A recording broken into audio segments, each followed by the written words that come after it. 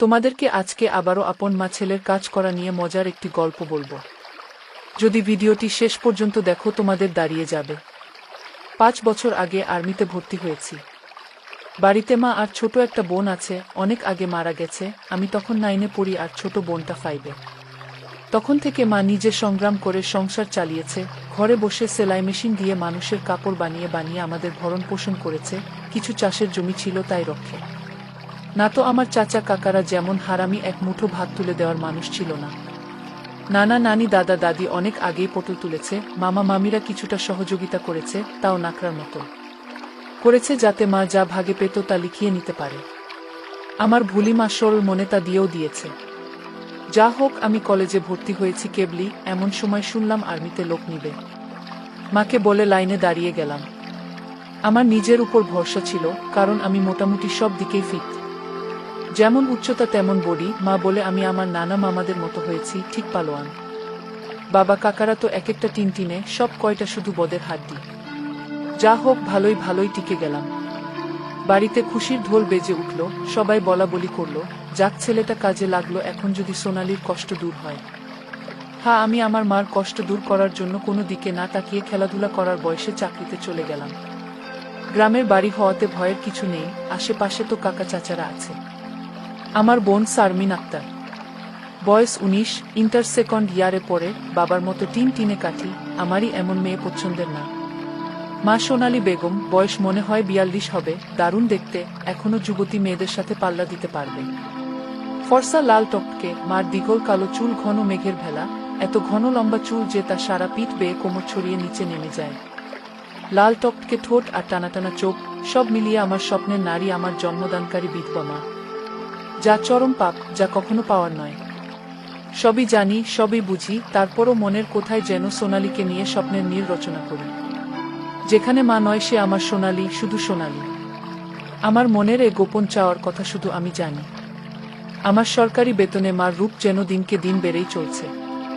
মার গর্বে বুক সব সময় ফুলে থাকে, গ্রামে সব সময় আমার জয় জয়কার। 5 বছরে ভাঙা ঘর পাকা করেছি, এখন 4 রুমের বাড়িটা আমাদের শান্তির নিয়ম। এবার ছুটিতে এসেই মা বায়না শুরু করলো আমার বিয়ে দিবে। যদিও এটা অনেক আগে থেকেই চলছে, আমি শুধু বারবার এড়িয়ে যাচ্ছি। আজ এ নিয়ে মার সাথে মুখ কালাকালি হয়ে গেল। মার এক কথা, শারমিন বড় হয়েছে, বিয়ে দিতে হবে। এরই মাঝে কয়েকটা সম্বন্ধ এসেছিল, তার বিয়ে হয়ে গেলে সে একা একা কিভাবে থাকবে, হ্যান ত্যান কত কথা। আমি এসেছি শুনে ছোট মামা এলো, সারাদিন থেকে বিকেলে যাওয়ার সময় আমাদের সবাইকে নিয়ে যেতে চাইলো। আমরা না যাওয়াতে জোর করে শারমিনকে নিয়ে গেল, বলল 2 দিন পর মা বেটা গিয়ে বেরিয়ে আসবে আর শারমিনকে নিয়ে আসবে। আমাকে আর মাকে নিয়ে যাওয়ার জন্য আর কি এমনটা করলো। সন্ধ্যা থেকে আকাশটা মেঘলা হয়ে আছে দেখে বাইরে গেলাম না। না হলে 2 দিন থেকে এসে সন্ধ্যার পর বন্ধুদের সাথে আড্ডা মারতে বেরিয়ে পড়ি। আজ গেলাম না দেখে মাও খুব খুশি। গরম গরম পকোড়া ভেজে দিল। বিছানায় বসে মা বেটা মিলে আরাম করে খাচ্ছি। মিশু, হুমা, কাউকে পছন্দ করিস? আমি মার মুখের দিকে তাকিয়ে মুচকি মুচকি হাসছি। বল না পছন্দ করিস, করলে এতদিন তুমি জানতে না।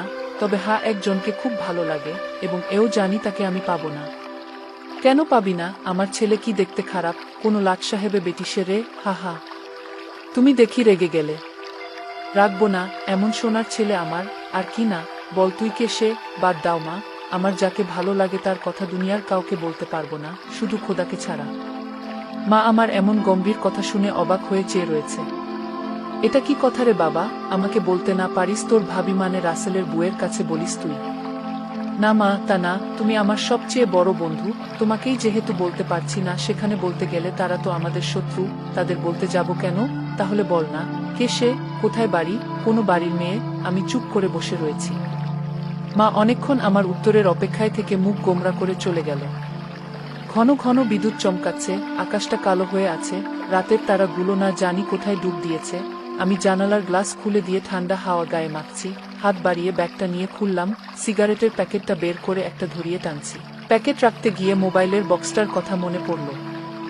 শারমিনের জন্য যা যা এনেছিলাম সব দিয়েছি, শুধু মার গুলো দেওয়া হয়নি, চেয়েছিলাম দিতে। এমন সময় ছোট মামা এলো, তাই আর দেওয়া হয়নি। নতুন অ্যান্ড্রয়েড সেট, মা খুব খুশি হবে। আরেক বক্সে একটা স্বর্ণের চেইন, মার যেটা ছিল সেটা আমার এসএসসির ফর্ম ফিল আপের সময় বিক্রি করে দিয়েছিল। তখন থেকে মার গলা খালি। আরও কয়েকটা জিনিস আছে মার জন্য। আয় খেয়ে নে, ঝড় আসতে পারে, কারেন্ট চলে গেলে খেতে ঝামেলা হবে। আমি তাড়াতাড়ি সিগারেটটা জানালা দিয়ে বাইরে ফেলে দিয়ে বললাম, হা দাও।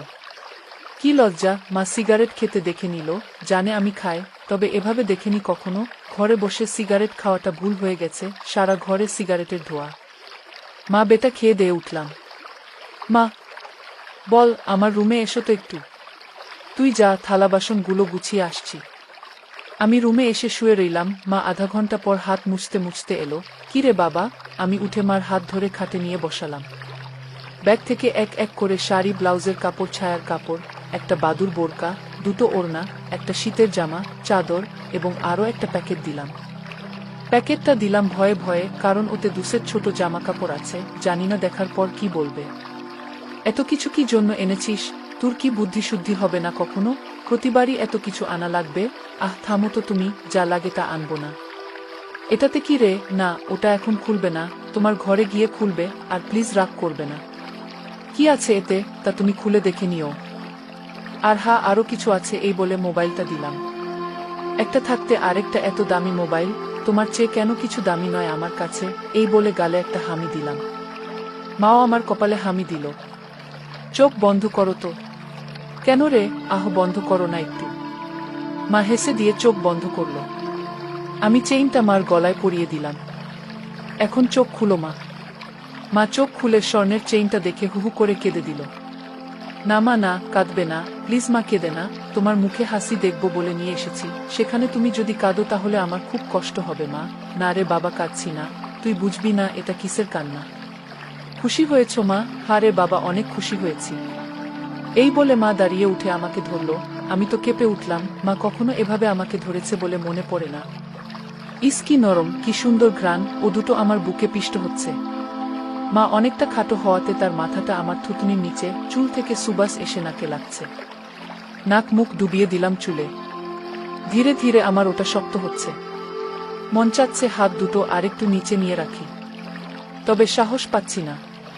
মা আমার যা রাগী মানুষ, ছোটবেলায় কত বেদপিটা করেছে তার হিসাব নেই। মার মুখটা দুহাত দিয়ে ধরে কপালে একটা হামি দিলাম। আর কখনো কাঁদবে না মা, আমি যেন তোমার চোখে পানি না দেখি। আচ্ছা বাবা, আর কাঁদবো না। তো যাও, লাল তাঁতের শাড়িটা পরে দেখাও তো, দেখি কেমন লাগে আমার মাকে। যা পাগল, আমি বিধবা মেয়ে লোক, এমন লাল টপকে শাড়ি পরলে মানুষে কি বলবে? কে কি বলল তাতে তোমার কি যায় আসে? আর এখানে মানুষ আসবে কোথা থেকে? মানুষের সামনে না পড়তে চাইলে পড়ো না, এখন আমাকে তো পরে দেখাও। আমার খুব মন চাইছে সাজুগুজু করে, কেমন লাগে দেখতে। তাই আমার বাবা এনেছে, আর আমি পরব না তা কি হয়? তবে মানুষের সামনে কখনো পড়তে বলিস না রে। ঠিক আছে মা, আমি শুধু আমার সুন্দরী মাকে দুচোখ ভরে দেখতে পেলেই হলো। যা দুষ্টু, মাকে কেউ সুন্দরী বলে? হা হা, তাই? তাহলে কি বলবো গো? হিহি, তুই জানিস কি বলবি। বেয়াদ বিনিও না, প্যাকেটে যা আছে তাও পড়ো। কি আছে রে এতে? যাও খুলে দেখো। মা চলে গেল। আমি পিছন থেকে দেখে মুগ্ধ হয়ে গেলাম। এ মহিলার কি কখনো যৌবনে ভাটা পড়বে না? প্রায় 15 মিনিট পরে মা এলো। অসম্ভব, এ কাকে দেখছি আমি? এতদিন এক পেরে শাড়িতে যে মাকে দেখেছি তার সাথে এ মহিলার কেন মিল নেই? কি সুন্দর, অতুলনীয়, গর্জিয়াস, মার্ভেলাস, যতই উপমা দিই না কেন কম পড়ে যাবে। মা দরজার কাছে দাঁড়িয়ে আছে, আমি বিছানার পাশে হা করে দাঁড়িয়ে আছি। মা ভীষণ মায়াবী করে হেসে চোখের ভ্রুর উঠানামা করে জানতে চাইলে, কি কেমন? আমি ধীরে ধীরে মার সামনে গিয়ে দাঁড়ালাম। কি রে, কেমন হয়েছে? দারুণ মা, খুব সুন্দর, মনে হচ্ছে অ্যাঞ্জেল। যা দুষ্টু, মাকে এমন কমপ্লিমেন্ট দিতে হয়? আমার 10 পাস মা যে এমন কথাও বলতে পারে জানা ছিল না। সরি মা বলে হাত ধরে বিছানায় নিয়ে বসালাম। আমি নিচে বসে মার কোলে মাথা রাখলাম। তুমি সব সময় এমন ভাবে থাকতে পারো না মা? মা আমার মাথায় চুলে হাত বুলিয়ে দিয়ে, কি পাগলের মতো বলছিস? মানুষে দেখলে কি বলবে? তাহলে বলো, আমি যে কয়দিন থাকবো সে কয়দিন এমন করে সেজে থাকবে কেন রে? আমার খুব ভালো লাগে মা। হি পাগল, আচ্ছা থাকবনি। আমি মুখ উঠিয়ে মার মুখের দিকে তাকিয়ে, ওগুলো পড়েছ মা? যা শয়তান, কিছু তো শরম কর। মার জন্য কেউ এসব আনে? জানি না মা কেউ আনে কি না, তবে বাবা থাকলে হয়তো আমিও আনতাম না। সে নেই দেখে মনে হলো আমার মার তো ভালো মন্দর খোঁজ রাখার কেউ নেই, তাই নিজেই রাখি। রাগ হয়েছ মা? না, রাগ হয়নি, কিন্তু আর আনিস না। কেন মা, পছন্দ হয়নি নাকি সাইজে হয়নি?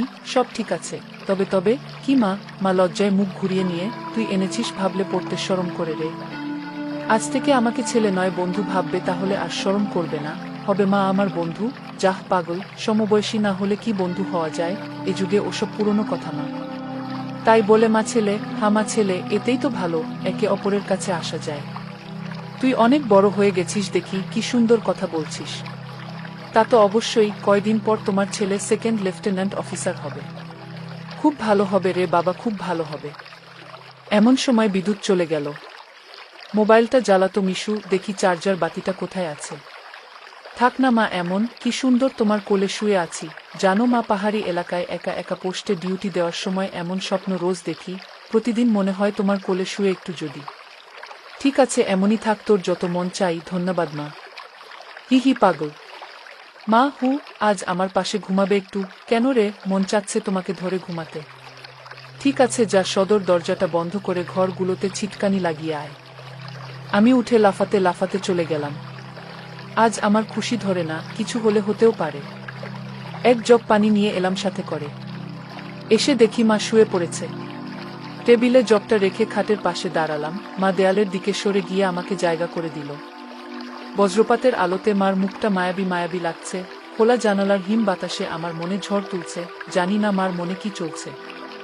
মনে হচ্ছে মা তার স্বামীকে পাশে শোয়ার জন্য জায়গা করে দিল। মা নতুন বউ, আমি তার স্বামী।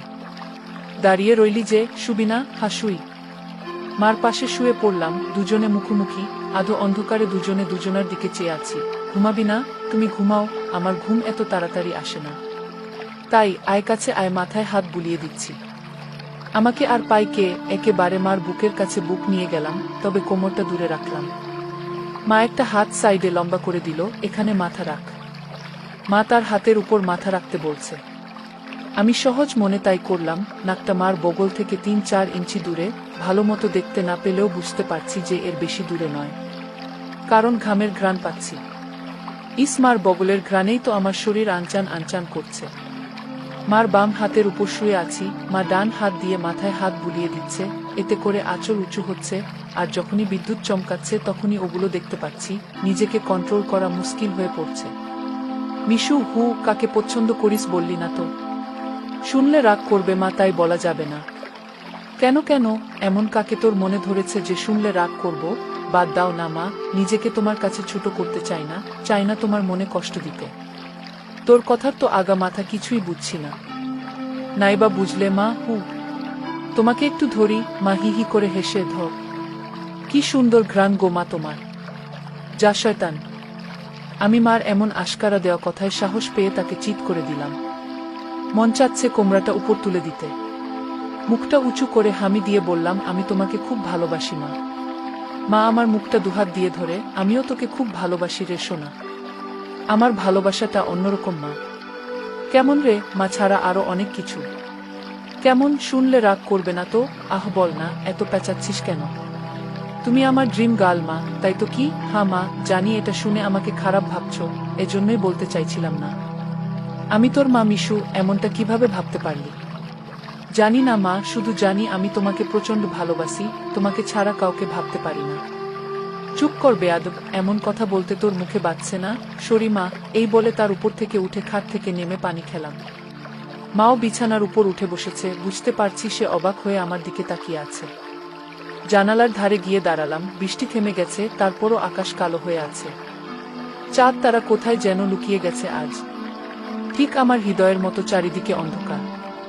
এমন সময় কারেন্ট এলো। ঘরটা আলোকিত হয়ে গেল। আমি জানালাটা লাগিয়ে দিলাম, পর্দা ঝুলিয়ে দিয়ে ঘুরে দাঁড়ালাম। মা বিছানার উপর হাঁটুতে মাথা দিয়ে নির্বাক বসে আছে। ফ্যানের হাওয়া আমার রেশমি চুলগুলো দোলা দিচ্ছে। মনে হচ্ছে নববধূ বসে আছে।